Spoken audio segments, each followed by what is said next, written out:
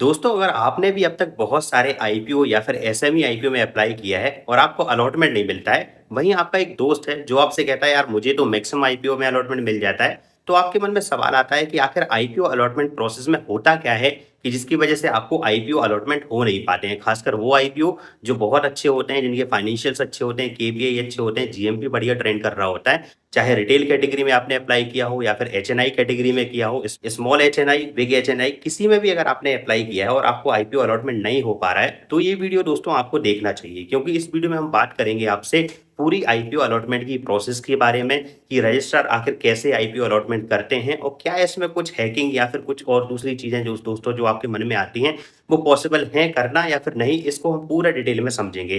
तो अब इस वीडियो को एंड तक देखिएगा, आपके दोस्तों सारे डाउट क्लियर हो जाएंगे। अगर वीडियो पसंद आ जाए तो लाइक भी कर दीजिएगा, साथ ही दोस्तों चैनल को सब्सक्राइब भी कर दीजिएगा।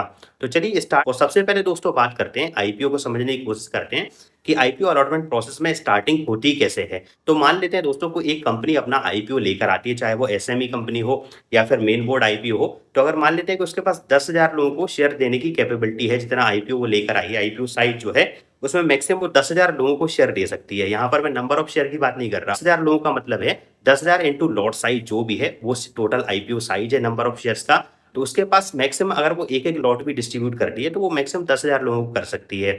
अब आईपीओ में दोस्तों आजकल होता क्या है कि जो भी अच्छे आईपीओज होते हैं या फिर जिनकी चाहे आप फाइनेंशियल्स की बात कर ली जाए या केपीआई बात कर ली जाए, फिर जीएमपी अगर स्ट्रॉन्ग सजेस्ट कर रहा है तो लोग ओवर सब्सक्राइब बहुत कर 200 टाइम्स तक दोस्तों ओवर सब्सक्राइब आईपीओ हो जाते हैं। यहाँ पर मान लेते हैं दोस्तों कि 10,000 लोगों को ये कंपनी अपने शेयर्स अलॉट कर सकती थी, लेकिन आईपीओ में अप्लाई कर दिया लगभग 1 लाख एप्लीकेशन। अब 1 लाख एप्लीकेशन का मतलब आप 1 लाख लोग भी समझ सकते हैं इनको, अलग अलग पेन से। इवन बहुत सारे लोग अपनी फैमिली मेंबर्स के से भी अप्लाई करते हैं, जो कि कंप्लीटली लीगल है, आप कर सकते हैं। तो जहां 10,000 लोगों को आईपीओ अलॉट हो सकता था, वहीं पर 1 लाख लोगों ने अप्लाई कर दिया। तो सीधी सी बात है यार कि आईपीओ मिलेगा कितने को, 10,000 लोगों को, 90,000 लोगों को आईपीओ अलॉटमेंट नहीं होगा। तो दोस्तों यहाँ तक की प्रोसेस तो आप सबको पता ही है कि ये तो चलो ये हो गया कि हाँ 10,000 लोगों को मिलना था उनको मिलेगा।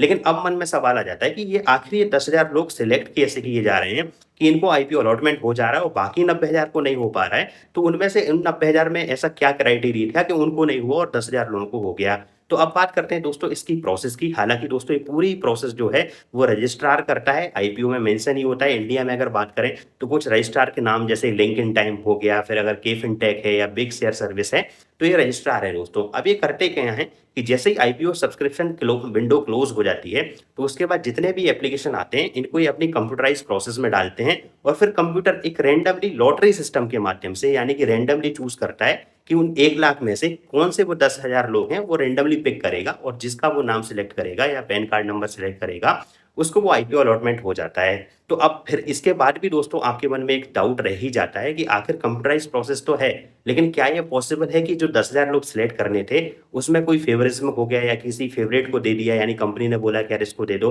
या कुछ ले देकर काम हो गया, ऐसे बहुत सारे आते रहते हैं। तो अब हम उस पर बात करते हैं। तो पहले पॉइंट की बात करें दोस्तों, तो ये पूरा सिस्टम कंप्यूटराइज होता है। इसमें दोस्तों मैनुअल इंटरफेरेंस अलाउड ही नहीं होती। अब सीधी सी बात है, अगर मैनुअल लोग सिलेक्ट कर रहे होते तो ऑब्वियस सी बात है कि फिर फेवरेटिज्म हो सकता था कि इसको अलॉट कर देते हैं, इसको नहीं करते हैं। लेकिन ये पूरी प्रोसेस कंप्यूटर द्वारा तय की जाती है, तो इसका फेयरनेस का चांस था वो ऑब्वियसली यहाँ पर सबसे ज्यादा हाई हो गया, क्योंकि ह्यूमन इंटरफेरेंस दोस्तों यहाँ पर है ही नहीं। दूसरी बात दोस्तों ये है कि जो आईपीओ अलॉटमेंट का काम है वो कंपनी नहीं करती है, रजिस्ट्रार करते हैं। रजिस्ट्रार को इसीलिए बनाया ही जाता है, ये सेबी की एंटिटीज होती हैं दोस्तों, जिसमें रजिस्ट्रार का काम ही होता है आईपीओ की पूरी सर्विस को ट्रांसपेरेंट और फेयर बनाना। आईपीओ अलॉटमेंट में कंपनी का कोई रोल नहीं होता है, यानी आईपीओ की जो पूरी प्रोसेस है वो रजिस्ट्रार ही हैंडल करेगा, आईपीओ अलॉटमेंट से लेके शेयर की लिस्टिंग तक दोस्तों। उसके बाद दोस्तों आता है सेबी की गाइडलाइंस। आखिर सेबी की गाइडलाइंस दोस्तों ये है कि सेबी कोशिश करती है कि रिटेल इन्वेस्टर ने अगर अप्लाई किया है तो कोशिश की जाती है कि कम से कम एक लॉट तो उनको मिल ही जाए। अब ऑब्वियसली ओवर सब्सक्रिप्शन के केस में अगर ये पॉसिबल ही नहीं है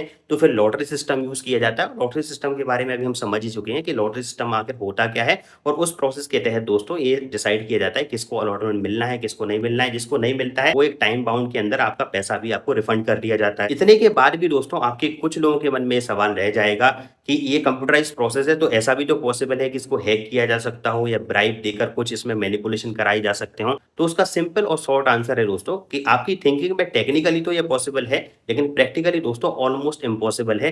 क्यों, मैं आपको समझाता हूँ। जो सॉफ्टवेयर आईपीओ अलॉटमेंट में दोस्तों यूज होता है वो कोई आम सॉफ्टवेयर नहीं होता है। ये सॉफ्टवेयर दोस्तों SEBI approved, audit trail enabled और टेम्पर प्रूफ होता है। हर अलॉटमेंट के बाद डिटेल्स लॉग मेंटेन किए जाते हैं, जिससे कि कोई भी छोटी से छोटी मैनिपुलेशन भी दोस्तों आसानी से ट्रेस करी जा सके यानी कि पकड़ी जा सके। इसका मतलब ये है कि अगर कोई छोटी सी भी छेड़खानी दोस्तों इसमें करता है तो वो ट्रेसेबल हो जाता है यानी कि उसको ट्रेस करना बिल्कुल पॉसिबल हो जाता है। दूसरा दोस्तों जो रजिस्ट्रार कंपनी होती है वो सेबी के अंडर स्ट्रिक्टली मॉनिटर्ड की जाती है। इसका मतलब ये है कि रजिस्ट्रार जैसे लिंक्डइन टाइम, बिग शेयर और के फिनटेक या फिर और भी जो रजिस्ट्रार हैं वो स्ट्रिक्टली मॉनिटर्ड किए जाते हैं सेबी के द्वारा। ये ऑब्वियसली सेबी के एंटिटीज हैं, इनके रेगुलर ऑडिट होते हैं, कंप्लायंस चेक्स होते हैं और पेनल्टी प्रोविजन भी होते हैं दोस्तों। अगर ये रजिस्ट्रार किसी भी आईपीओ लॉट में मैनिपुलेशन करते हैं या ब्राइब लेते हुए पकड़े जाते हैं दोस्तों तो इनकी सजा बहुत बड़ी होती है। जैसे कि सेबी इनका रजिस्ट्रेशन कैंसिल कर सकता है, क्रिमिनल केस भी बन सकता है और फिर ऑब्वियसली दोस्तों मॉनेटरी पेनल्टी भी हुज लग सकती है और ऑब्वियसली कंपनी भी ब्लैकलिस्ट हो सकती है। रिस्क इतना बड़ा है दोस्तों कि कोई भी रजिस्ट्रार इतनी बड़ी हिम्मत कर ही नहीं सकता।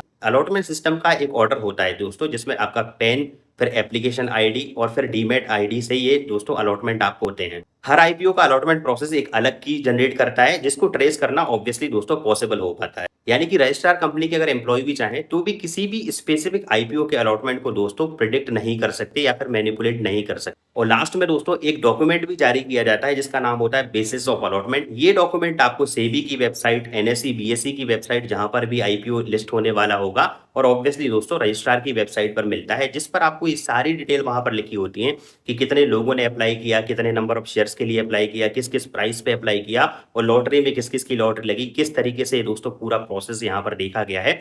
और ऑब्वियसली आप इसको डाउनलोड कर और ये दोस्तों एक पब्लिक डॉक्यूमेंट होता है। अगर इसमें कोई भी गड़बड़ अभी तक पाई जाती तो ऑब्वियसली सेबी, एनालिसिस्ट और मीडिया जो है कोई ना कोई दोस्तों इसको जरूर पकड़ लेता है। तो अगर दोस्तों आपके आसपास कोई कह रहा है कि वो आईपीओ में अप्लाई करता है और मैक्सिमम केस में उसका आईपीओ अलॉटमेंट हो जाता है दोस्तों, तो उसका एक ही दोस्तों तरीका बचा है जो कि है मल्टीपल पेन से अपना आईपीओ अप्लाई करना। यानी कि अगर आप हैं तो आप अपनी फैमिली में मदर, फादर, वाइफ जिस जिसका भी अकाउंट से अगर आप आपके डीमैट अकाउंट है तो उसमें अलग अलग पेन से एप्लीकेशन लगा सकते हैं जो बिल्कुल दोस्तों कंप्लीटली लीगल है। इसको अलाउ किया जाता है सेबी के द्वारा। और अगर आप ऐसा है कि सीधी सी बात है जब मल्टीपल एप्लीकेशन लगाएंगे तो जहां हमने पहले केस में देखा था कि जहां पर आप 1 लाख लोग अप्लाई कर रहे थे और आईपीओ अलॉटमेंट सिर्फ 10,000 लोगों को होना था, तो ऑब्वियसली बात है कि आपने अगर एक लोग ने अगर बहुत सारे पेन से यानी अपनी फैमिली मेंबर से आईपीओ अप्लाई किया है तो चांसेस है कि किसी ना किसी को तो दोस्तों आईपीओ अलॉटमेंट हो जाएगा। तो आप चांसेस वहां पर बढ़ा सकते हैं। तो इसी तरीके से दोस्तों ये पॉसिबल है। अदरवाइज इसमें दोस्तों अलॉटमेंट के चांसेस ऑब्वियसली बात है कम है। अगर आप देखें कि लगभग 200 टाइम सब्सक्राइब हुआ तो 200 लोगों में से एक लोग को अलॉट होना है, तो 199 लोगों को अलॉटमेंट नहीं होगा।